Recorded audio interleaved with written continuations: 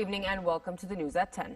A royal decree was issued summoning the Parliament to convene in an extraordinary session as of Sunday, September 2nd, to endorse the following draft laws.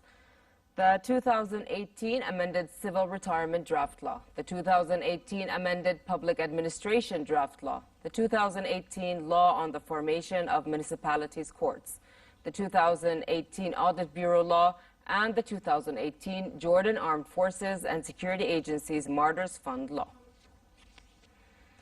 His Majesty King Abdullah discussed at Al Husseiniya Palace with the chairman of the presidency of Bosnia and Herzegovina, Bakir Izetbegovic, means of forging closer ties between the two countries as well as the latest developments in the region. The two sides stressed the importance of boosting bilateral cooperation in the economic, investment, tourism, and military fields. King Abdullah affirmed the importance of strengthening friendly relations between Jordan and Bosnia and Herzegovina and building on these relations to serve the interests of both countries. King Abdullah also discussed with Izetbegovic the Palestinian issue, affirming that the region will not enjoy peace and stability until a just and permanent solution is found for the Palestinian-Israeli conflict based on the two-state solution with East Jerusalem as its capital. On the fight against terrorism, the two emphasized the need to intensify international efforts to counter terrorism as it threatens global peace and security. The State Security Court rejected bail requested by 7 detainees arrested in connection to the tobacco case. The court source said it had formed a special team of prosecutors to investigate suspects in the smoking factory case upon a decision of the court's Attorney General Hazem Majali.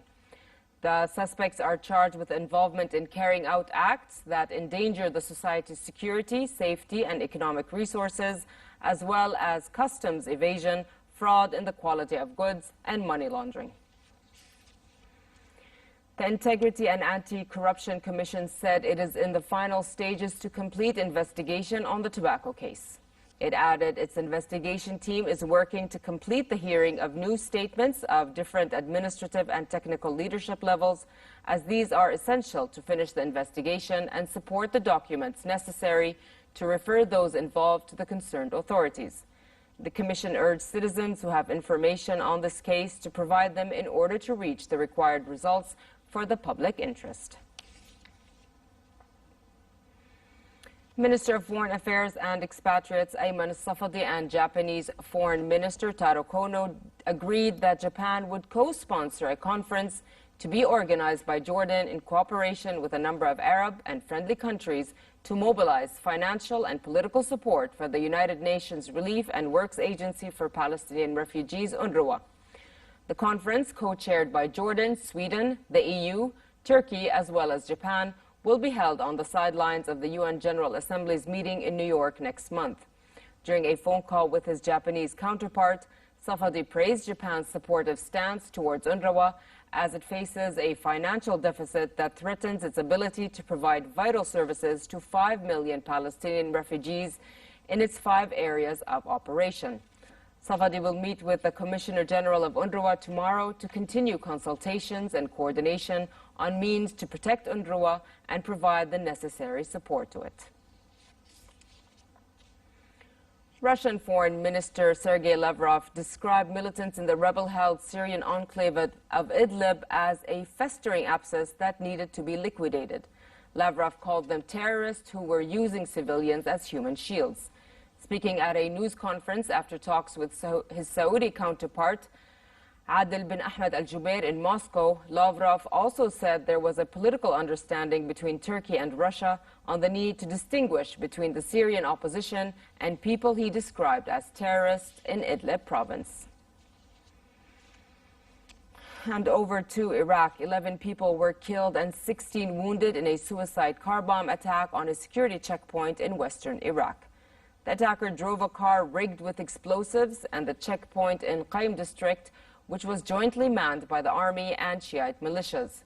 Daesh claimed responsibility for the attack and said it killed 28 people, contradicting the official death tolls. Qaim, which was one of the last remaining territories in the country held by Daesh, was retaken by Iraqi forces in November. The terrorist group have since then waged a campaign of kidnappings and killings. Maria Sharapova overcame a shaky start and survived a spirited fight back from Patty Schneider to defeat the Swiss veteran 6-2, 7-6 in the first round of the U.S. Open in New York. 5 times Grand Slam champion. And finally, the weather outlook. It will be relatively hot across the kingdom as temperatures become 2 to 3 degrees above their annual average. Winds will be northeasterly to northwesterly moderate. Amman can expect daytime highs of 34 degrees and lows of 22, while down south in Aqaba, highs will reach 41 and drop down to 29 at night. And with that, we come to the end of tonight's news. I'm Nancy Khair. Thank you for watching. Have a good night.